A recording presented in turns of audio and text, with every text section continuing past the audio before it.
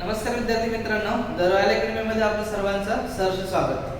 कालचा जो आपला व्हिडिओ होता, या व्हिडिओ बरोबरच त्याच्याशी संबंधित असणाऱ्या काही बेसिक बाबी ज्या आहेत, वेन आकृतीशी संबंधित असणाऱ्या अत्यंत महत्त्वाच्या आणि मूलभूत बेसिक बाबी ज्या आहेत ते आज आपण या व्हिडिओमध्ये पाहणार आहोत.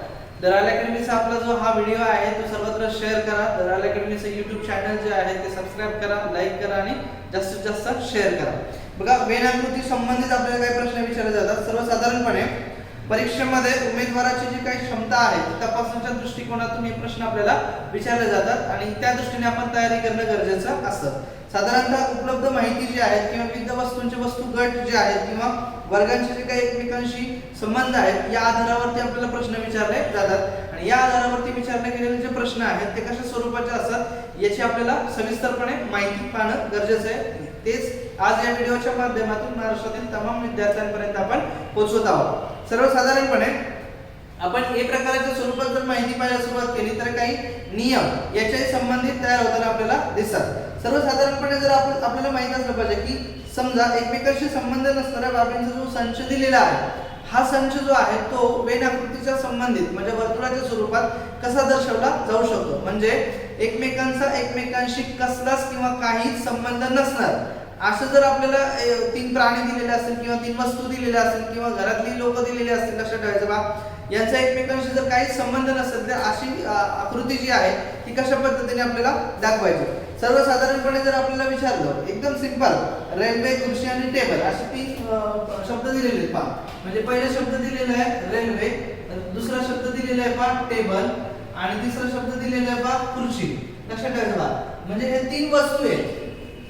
लक्षात ठेवायचं बा, यांचा जवळ एकमेकांच्या जवळचा एकमेकांशी काही संबंध नाहीये. म्हणजे रेल्वेचा टेबलाशी किंवा टेबलचा खुर्चीशी किंवा खुर्चीचा टेबलाशी किंवा रेल्वेशी काही संबंध नाहीये. मग हे दर्शवताना आपण या आकृती काढू किंवा याच्यात आणखी एखादा शब्द लिहिला वानर. लक्षात ठेवायचं बा, म्हणजे खुर्ची बाजूला ठेवला किंवा वानर हा शब्द घेतला तरी हरकत नसणारे बा. सर्वसाधारणपणे आपण रेल्वे हे म्हणूया, टेबल हे म्हणूया, खुर्ची हे म्हणूया आणि वानर हे म्हणूया. आपण याच्यामध्ये एकमेकांशी काही संबंध दर्शवण्यासारखं नाहीच आहे. त्याच्यामुळे वेन आकृतीचं जे बेसिक आहे, लक्षात ठेवायचं बा, ते हे असणार आहे. म्हणजे एकमेकांचा काही संबंध नसणाऱ्या जे काही पदार्थ असतील, वस्तू असतील, ते त्यांच्या डायग्रामॅटिकली किंवा आकृत्यांच्या स्वरूपामध्ये जर दर्शवायचं असेल तर ते या पद्धतीने आपल्याला दर्शवावं लागणार आहे. लक्षात ठेवायचं बा, म्हणजे हा पहिला नियम सर्वांनी लक्षात ठेवायचा बा. एकमेकांशी काही संबंध नसणारा जो काही गट असणार आहे, लक्षात ठेवा, एकमेकांशी कोणताही संबंध नसणाऱ्या वस्तूंचा गट, संबंध नसणाऱ्या वस्तूंचा गट, लक्षात ठेवायचं बा, वस्तूंचा गट लक्षात. आणि तो आपल्याला दर्शवायचा असेल तर तो आपल्याला या पद्धतीने दर्शवावा लागणार आहे. सर्वसाधारणपणे जर तीन घटक, तर दुसरा नियम मी तुम्हाला सांगतो बा. या दुसऱ्या नियमाच्या संदर्भात आपण बोलणार आहोत. दुसरा नियम चर्चेत घेण्यापूर्वी मी थोडेसे हे जे काही घटक आहेत या ठिकाणी मी एक्झाम्पल देईल आणि जो काही आपला नियम आहे त्या ठिकाणी लिहिता चालेल बा. जर तीन घटकापैकी एक घटक किंवा बाब दुसऱ्या वर्गात संपूर्णपणे समाविष्ट होत असेल, तसेच दुसरी बाब जी आहे ती तिसऱ्या वर्गामध्ये जर संपूर्णपणे समाविष्ट होत असेल तर मग ते कसं दर्शवायचं, लक्षात ठेवायचं बा. म्हणजे जो काही पहिला घटक आहे, लक्षात ठेवायचं बा, पहिला घटक आपण म्हणूया, हा जो पहिला घटक आहे हा पूर्णपणे दुसऱ्या घटकामध्ये समाविष्ट होत असेल, दुसऱ्या घटकामध्ये समाविष्ट होत असेल, लक्षात ठेवा. त्यानंतर हा जो दुसरा घटक आहे तो पूर्णपणे तिसऱ्या घटकामध्ये जर समाविष्ट होत असेल, तिसऱ्या घटकामध्ये समाविष्ट होत असेल तर ते दर्शवताना कसं दर्शवायचं, लक्षात ठेवायचं बा. म्हणजे हा एक नियम, म्हणजे सर्वसाधारणपणे साधे नियम बनलेले आहेत आणि साधे नियम आपल्याला माहित असले पाहिजे. सर्वसाधारणपणे आपल्याला जर त्यांनी सांगितलं असेल बा, पहिलं सांगितलं की पुणे हा आपला जिल्हा, त्यानंतर पुणे हा एक गट आहे, त्यानंतर पुणे महाराष्ट्रामध्ये येणार बा. म्हणजे महाराष्ट्र आपण म्हणूया, लक्षात ठेवायचं बा, आणि महाराष्ट्र आपण भारत म्हणूया. म्हणजे तीन शब्द दिलेले आहेत, त्या तीन शब्दामध्ये आपल्याला सर्वांनी सांगता आलं पाहिजे बा. म्हणजे पहिला शब्द त्यांनी कुठलाही देऊया, भारत देऊया, महाराष्ट्र देऊया किंवा पुणे देऊया. पण बा, पुणे हा जो पहिला गट आहे, पहिला घटक जो आहे तो संपूर्णपणे दुसऱ्या घटकाचा भाग आहे. दुसरा घटक जो आहे तो संपूर्णपणे तिसऱ्या घटकांचा भाग आहे। या पद्धतीने जर आपल्याला प्रश्न विचारला असेल तर आपल्याला त्याच्याशी संबंधित वेन आकृती जी आहे ती कशी काढायची हे जसं आता सांगितलं पहा, पहिला घटक हा पूर्णपणे दुसऱ्या घटकाच्या अंतर्गत समाविष्ट आहे, दुसरा घटक हा पूर्णपणे तिसऱ्या घटकाच्या अंतर्गत समाविष्ट आहे, असं जर असेल तर त्या पद्धतीने आपल्याला ते देता आलं पाहिजे पहा। सर्वसाधारणपणे आपण असे म्हणलं पहा, आठवडे, त्यानंतर महिने आणि वर्ष।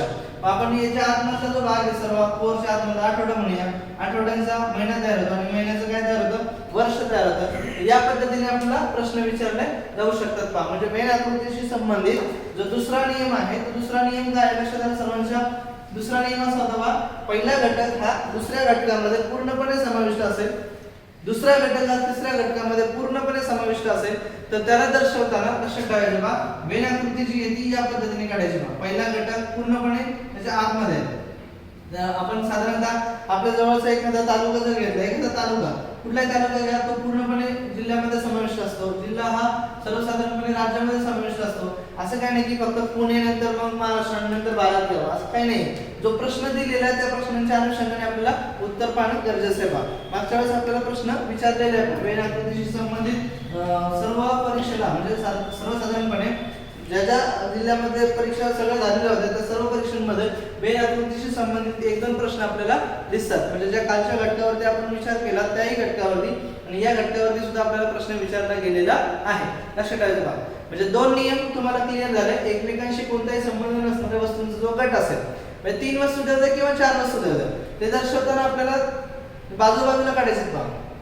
त्यानंतर दुसरा नियम, पहिला घटक हा जर दुसऱ्या घटकामध्ये पूर्णपणे समाविष्ट असेल आणि दुसरा घटक हा तिसऱ्या घटकामध्ये पूर्णपणे समाविष्ट असेल तर मग आपल्याला कशा पद्धतीने आकृती रिप्रेझेंट करायची हे लक्षात आलं पाहिजे। त्यानंतर जर समजा आपल्याला तीन विविध बाबी जर असतील आणि त्या तिन्ही विविध बाबींचा एकमेकांशी काहीतरी संबंध असेल, लक्षात ठेवायचं बा, म्हणजे त्या दोघांमध्ये पण संबंध असेल असं जर असेल तर ते दर्शवताना लक्षात ठेवायचं बा, आपल्याला जी आकृती काढायची असते सर्वसाधारणपणे आपण जर असं म्हणलं बेरोजगार, पदवीधर आणि पुरुष, म्हणजे आपल्याला असं दिले पहा, बेरोजगार, त्यानंतर पदवीधर आणि पुरुष, लक्षात ठेवायचं बा। असं जर दिले पहा म्हणजे हे तीन गट आहेत, बेरोजगार आहे, पदवीधर आहे, पुरुष आहे। म्हणजे पुरुष हे पदवीधर पण असतात आणि बेरोजगार पण असतात, लक्षात। फक्त पुरुषच पदवीधर असतात असंही नाही आणि फक्त पुरुषच बेरोजगार असतात असंही नाही, फक्त बेरोजगार पुरुष असतात असंही नाही, फक्त बेरोजगार पदवीधर असतात म्हणजे असंही नाहीये, लक्षात ठेवायचं बा। म्हणून आपल्याला या गटांमध्ये आपल्याला ही आकृती अशी दर्शवावी लागेल पहा, काय बेरोजगार हे यांना आपण म्हणलं बेरोजगार, लक्षात ठेवायचं बेरोजगार। त्यानंतर इथे जर आपण म्हणलं यांना पदवीधर, लक्षात ठेवायचं बा, पदवीधर, लक्षात। आणि यांना आपण म्हणलं पुरुष, लक्षात ठेवायचं बा, पुरुष, लक्षात। म्हणजे सर्वसाधारणपणे आपल्याला एक लक्षात आलं पाहिजे बा, ही जी आकृती आहे ती कशा पद्धतीने आपल्याला दर्शवावी लागणार आहे बा। म्हणजे ही आता पुरुष बघा इथे पूर्णपणे काय झालेले बेरोजगारांमध्ये समाविष्ट, त्यानंतर परत हे पदवीधरांमध्ये समाविष्ट, म्हणजे दोघांचा आणि परत सरळ या दोघांचा एकमेकांशी, या दोघांचा एकमेकांशी, या दोघांचा एकमेकांशी, या दोघांचा एकमेकांशी, या दोघांचा एकमेकांशी काही ना काहीतरी काय संबंध आहे, लक्षात ठेवायचं बा। वेन आकृतीच्या सहाय्याने आपल्याला या पद्धतीने दर्शवावं लागणार आहे, लक्षात ठेवायचं बा। सर्वसाधारणपणे हा तिसरा नियम सांगितला जावा, म्हणजे सर्व बाबी ज्या आहेत त्यांचा अंतर्भूत एकमेकांशी काहीतरी संबंध असेल, लक्षात ठेवायचं बा, तर आपल्याला या पद्धतीने आकृती दर्शवता येणार आहे किंवा या पद्धतीने आकृती आपल्याला ड्रॉ करता येणार आहे, लक्षात ठेवायचं बा। लक्षात म्हणजे वेन आकृतीच्या सहाय्याने मी तीन नियम तुम्हाला सांगितलेले, ते 303 नियम जे आहेत तुमच्या लक्षात आले असतील।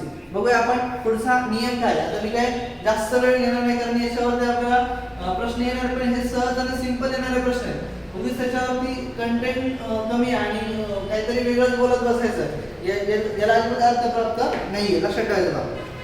ठीक आहे, सर्वसाधारणपणे जर आपण म्हणलं किंवा तीन घटक आहेत आणि या तीन घटकामध्ये जर समजा एक घटक अत्यंत मोठा आहे आणि या एका घटकामध्ये दोन साधे घटक आहेत आणि या दोन साध्या घटकांचा एकमेकांशी कसलाच संबंध नसेल, लक्षात ठेवायचं बा। म्हणजे मी सांगितलं तुम्हाला की हा एक मोठा गट आहे आणि या मोठ्या गटामध्ये दोन साधे गट आहेत ज्यांचा एकमेकांशी काही संबंध नाही, परंतु हे दोन्ही मोठ्या गटाचे भाग आहेत, लक्षात ठेवायचं बा। म्हणजे आपण जर म्हणलं याला जर आपण म्हणलं की हा फुलांचा गट आहे, लक्षात ठेवायचं बा, आणि याला म्हणलं आपण जास्वंद आहे आणि याला म्हणलं आपण फुलछेडी, लक्षात ठेवायचं बा। म्हणजे जर आपल्याला प्रश्न दिला असेल आलं लक्षात? आपल्याला प्रश्न दिलेला असेल की फुल, जास्वंद आणि गुलछडी, आलं लक्षात? मग हे गुलछडी आणि जास्वंद हे दोन्ही फुलामध्ये येतात, पण गुलछडी आणि जास्वंदचा एकमेकांशी काही संबंध नाहीये. म्हणजे तीन बाबीमध्ये लक्षात ठेवायचं बा. चौथा नियम आपण इथे सांगूया की एका विशिष्ट बाबीमध्ये लक्षात ठेवायचं बा, विशिष्ट बाबीमध्ये दोन घटकांचा समावेश असेल, दोन घटकांचा समावेश असेल, लक्षात ठेवायचं, समावेश आहे, परंतु त्या दोन घटकांचा एकमेकांशी संबंध नाही, लक्षात ठेवायचं. लक्षात? याच आधारावरती दुसरा त्याचा पुढचाही रूल तयार होताना आपल्याला दिसतो बा. म्हणजे एका विशिष्ट बाबीमध्ये दोन घटक समाविष्ट आहेत, लक्षात ठेवायचं बा. म्हणजे फक्त हेच उदाहरण त्याचं होऊ शकतं असं अजिबात नाही.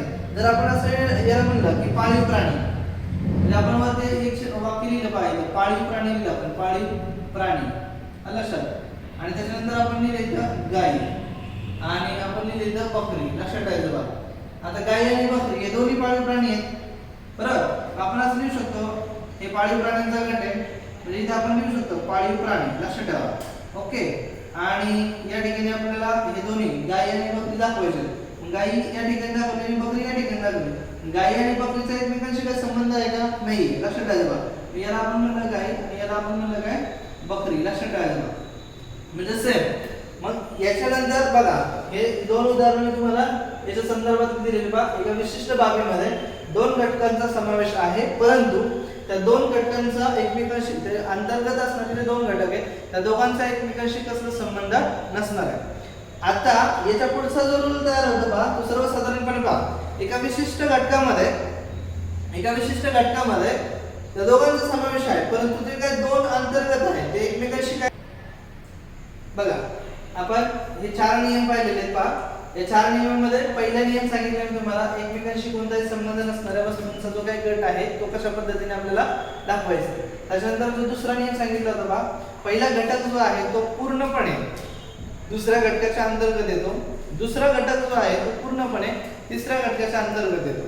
त्यानंतर मी तिसरा नियम सांगितला होता बा की एकमेकांशी काही संबंध येत नाहीये, त्याच्या आतमधल्यांचा लक्षात ठेवायचं बा. त्यानंतर चौथा नियम सांगितला होता मी, एका विशिष्ट बाबीमध्ये दोन घटकांचा समावेश आहे, परंतु या दोन घटकांचा एकमेकांशी संबंध नाहीये, ते दर्शवताना आपल्याला या पद्धतीने पाहावं लागतं, लक्षात ठेवायचं बा. म्हणजे चार नियम तुम्ही सर्वांनी लक्षात ठेवायचे बा. त्यानंतर वेळाकृतीशी संबंधित आणखी नियम आहे. म्हणजे याच आधारावरती मागच्या 2018च्या पोलीस भरतीला दौंड SRPF मध्ये प्रश्न विचारला होता बा, तृणधान्य, ज्वारी आणि बाजरी, लक्षात ठेवायचं बा. मग आपल्याला सगळ्यांना सांगता आलं पाहिजे बा तृणधान्य, लक्षात ठेवा. हे सगळ्यांना सांगता आलं पाहिजे. आणि दिलं होतं त्यांनी आपल्याला काय दिले? ज्वारी. आणि दुसरं काय दिलं होतं आपल्याला? बाजरी किंवा गहू, काय पण असू द्या. मग हा जो गट आहे, धान्यांचा गट आहे तो, आणि याच्यामध्ये ज्वारी आणि दुसरं काय? बाजरी, लक्षात ठेवायचं बा. इतका सिंपल प्रश्न आपल्याला विचारलेले प्रश्न जर आपल्याला माहित असतील तर आपल्याला पुढे काय येऊ शकतं किंवा कशा पद्धतीने आपली तयारी असावी या विषयी आपल्याला माहित होतं बा, लक्षात ठेवायचं बा. त्यानंतर आपला पाचवा नियम आपण पाहणार आहोत. हे चार नियम मी तुम्हाला सांगितलेले आहेत ना. या चार नियमावर हा जो चौथा नियम आहे, या चौथ्या नियमामध्ये थोडासा बदल केल्यानंतर पाचवा नियम जो आहे तो तयार होताना आपल्याला दिसतो, लक्षात ठेवायचं बा. म्हणजे जो पाचवा नियम आहे तो आपण पाहणार आहोत. बघा इकडे लक्ष द्या सर्वांनी. सर्वसाधारणपणे एक मोठा घटक, आणि या मोठ्या घटकामध्ये जसं आपण सांगितलं होतं आता चौथ्या नियमामध्ये एक मोठा घटक आणि त्यामध्ये दोन घटक आहेत, पण चौथ्या नियमामध्ये आपण पाहिलं की त्यांचा एकमेकांशी काही संबंध नाहीये, परंतु या ठिकाणी मात्र एकमेकांशी काय आहे त्यांचा संबंध. जेव्हा दोन घटक काही प्रमाणात परस्पर संबंधित असल्याने ते दोन्ही घटक एका मोठ्या वर्गात येतात. बघा लक्षात ठेवायचं बा, पाचवा नियम आपण पाहिला होता. दोन घटकांचा एकमेकांशी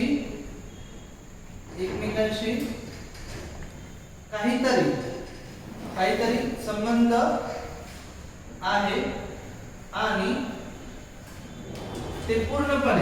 आणि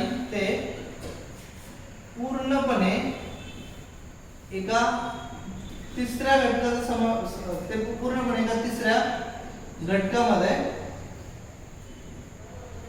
समाविष्ट आहे, लक्षात ठेवा समाविष्ट आहे असं असेल. म्हणजे दोन घटकांचा एकमेकांशी संबंध आहे. दोन घटक साधारणतः हा एक घटक आहे, हा एक घटक आहे आणि हे दोन्ही घटक तिसऱ्याशी संबंधित. लक्षात ठेवा तिसऱ्या घटकाचा पूर्णपणे तिसऱ्यामध्ये काय ते समाविष्ट आहे. मी सर्वसाधारणपणे आपण म्हणलं की पुरुष, विदुर आणि पिता. लक्षात ठेवायचं बा. म्हणजे हे जे बाहेरचे घटक येतात विदुर आणि पिता हे दोन्ही घटक एकमेकांशी संबंधित आहे. विदुर म्हणजे काय आपल्याला सगळ्यांना माहिती आहे. लक्षात ठेवायचं बा. आणि पिता हा शब्द सुद्धा आपल्याला सगळ्यांना माहिती आहे. विदुर आणि पिता हे दोन्ही काय आहेत, पुरुष आहेत. लक्षात ठेवा. या दृष्टिकोनाने आपल्याला प्रश्न विचारला जाणार आहे. पण जर प्रश्न आपल्याला असा विचारला तर आपल्याला काहीतरी सांगता आलं पाहिजे बा. म्हणजे आपल्याला या ठिकाणी वेगवेगळ्या गोष्टी शेअर करता आल्या पाहिजेत किंवा वेगवेगळ्या गोष्टी ज्या आहेत त्या माहित असल्या पाहिजे बा. दोन घटकांचा एकमेकांशी संबंध आहे. इथे दिसते पहा विदुर आणि जे काही पिता आहेत यांचा एकमेकांशी संबंध आहे. लक्षात ठेवा. परंतु हे दोन्हीच्या दोन्ही पुरुष या तिसऱ्या घटकामध्ये समाविष्ट आहे. म्हणून आपल्याला ही जी डायग्राम आहे ती या पद्धतीने काढणं अपेक्षित आहे. या पद्धतीने डायग्राम असेल तर आपल्याला कसलीच अडचण निर्माण होणार नाही. अशा वेगवेगळ्या डायग्राम्स ज्या आहेत त्या आपल्याला सगळ्यांना सांगता आल्या पाहिजेत. आता वेगळी उदाहरणं जी आहेत ती उदाहरणं आपल्याला पाहता येणार आहेत का. तुम्ही सरावासाठी मी हे फक्त नियम सांगतोय. सरावासाठी काही उदाहरणं असतात ती उदाहरणं तुम्ही वेगळ्या पुस्तकातून सोडवणं गरजेचं आहे.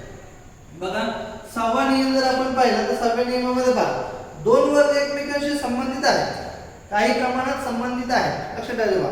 दोन वर्ग किंवा दोन घटक जे आहेत, दोन घटक एकमेकांशी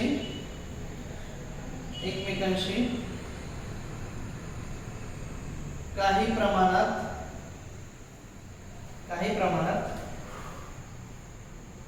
संबंधित आहेत.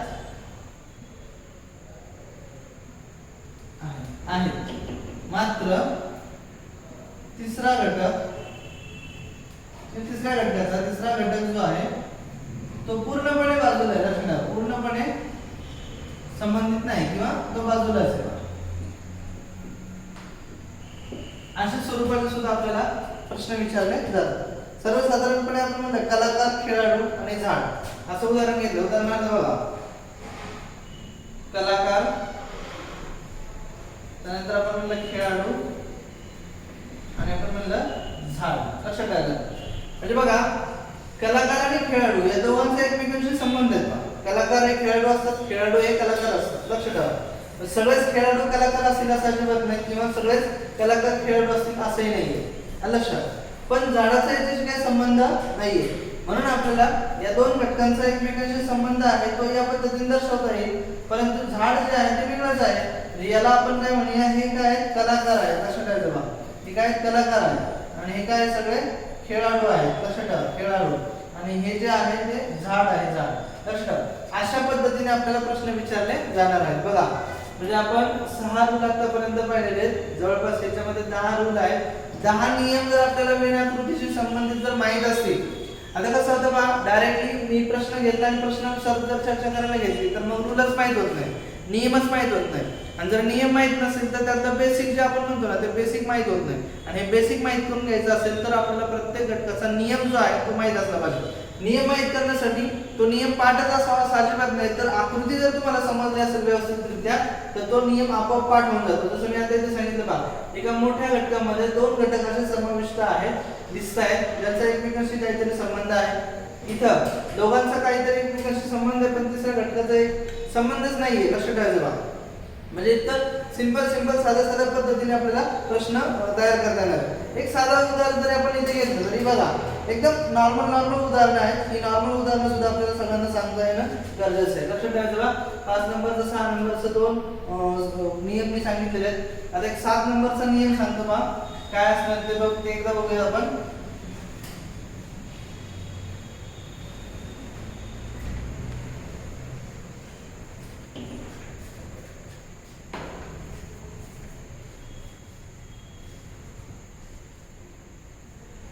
बघा एक डायरेक्ट उदाहरण घेतो मी तुम्हाला आणि त्याच्यानंतर तुम्हाला सगळ्यांना सांगता येईल. समजा आपण असा शब्द वापरला बा, भारत, कर्नाटक आणि न्यूझीलंड. लक्षात आलं. जर आपल्याला सगळ्यांना सांगता आलं की बाबा नेमकं काय म्हणजे कर्नाटक हे पूर्णपणे भारताचा भाग आहे, लक्षात ठेवा. न्यूझीलंड पूर्णपणे काय आहे, वेगळं आहे. म्हणजे हे सांगता आलं पाहिजे बा. या ठिकाणी आपल्याला सरळ सरळ एक घटक जो आहे तो पूर्णपणे एका घटकामध्ये समाविष्ट आहे, परंतु दुसरा घटक जो आहे तो याच्यामध्ये समाविष्ट नाही. लक्षात ठेवा. या पद्धतीने आपल्याला 7वा नियम तयार करता येतो बा. म्हणजे आपल्याला जर प्रश्न विचारले या बाबतीत आणखी खूप सारे प्रश्न आहेत, ते प्रश्न जर आपल्याला विचारले तर त्या प्रश्नांची उत्तर सुद्धा आपल्याला देता आली पाहिजेत. सर्वसाधारणपणे एखादा प्रश्न मी तुम्हाला जरूर या संबंधितला घेऊ शकतो बा. म्हणजे आपण म्हणलं साखळी, सोने आणि कागद. साखळी, सोने, कागद हा जर घेतला आपण तर साखळी सोने हे साखळी जी आहे ती सोन्यापासून आपण तयार करू शकतो, परंतु कागद जो आहे त्याचा काही संबंध त्याच्याशी नाहीये. म्हणजे जनरल आपल्याला सगळं सांगता आलं पाहिजे बा. आलं लक्षात. म्हणजे हे जे काही 7 नियम आहेत हे 7 नियम तुम्हाला वेळाकृतीशी संबंधित मी सांगितलेले आहेत. त्यानंतर 8वा नियम जे आहे लक्षात ठेवायचा बा. म्हणजे सर्वसाधारणपणे 3 घटक जे आहेत, 3 घटक आपण दाखवले. समजा भांडी म्हणलं आपण, भांडी ती स्टीलची पण भांडी आहेत आणि पितळाची पण आहे. स्टीलची भांडी आणि पितळाची भांडी म्हणजे का याचा आणि याचा संबंध आहे. म्हणजे हे आपण भांडी म्हणूया, याला आपण स्टील म्हणूया, हरकत नाहीये, आणि याला आपण पितळ म्हणूया. लक्षात ठेवायचं बा. या दृष्टिकोनाने आपल्याला पाहिजे कशा पद्धतीने याच्यावरती काम करता येणं गरजेचं आहे बा. हे भांडी स्टीलची पण आणि पितळाची पण. आपण स्टील आणि पितळ एकमेकांमध्ये संबंधित केलेले का नाहीये बघा. एक विशिष्ट घट ज्याचा दोघांशी काहीतरी बाबतीत संबंध येतो, या पद्धतीने आपल्याला 8वा नियम क्रिएट करता येतो. लक्षात ठेवायचं बा. या पद्धतीने वेळ आकृतीच्या संबंधित जे काही नियम आहेत ते सगळे नियम मी तुम्हाला सांगितलेले आहेत आणि या नियमावरती तुम्ही सर्वांनी काम करायचे बा. हे सर्व नियम आपल्या सर्वांना समजले असतील. सर्वांनी यावरती एखादं पुस्तक घेऊन मार्केटमधलं त्याच्यावरती वेगवेगळे उदाहरणं जे आहेत किंवा आतापर्यंत आलेल्या पोलीस भरतीच्या प्रश्नपत्रिकांमधून जे काही उदाहरणं हे सापडतील, या 8 नियमांप्रमाणे सोडवण्याचा प्रयत्न करा. हा व्हिडिओ आपल्याला आवडला असेल तर नक्की लाईक करा, शेअर करा, सबस्क्राईब करा. धन्यवाद.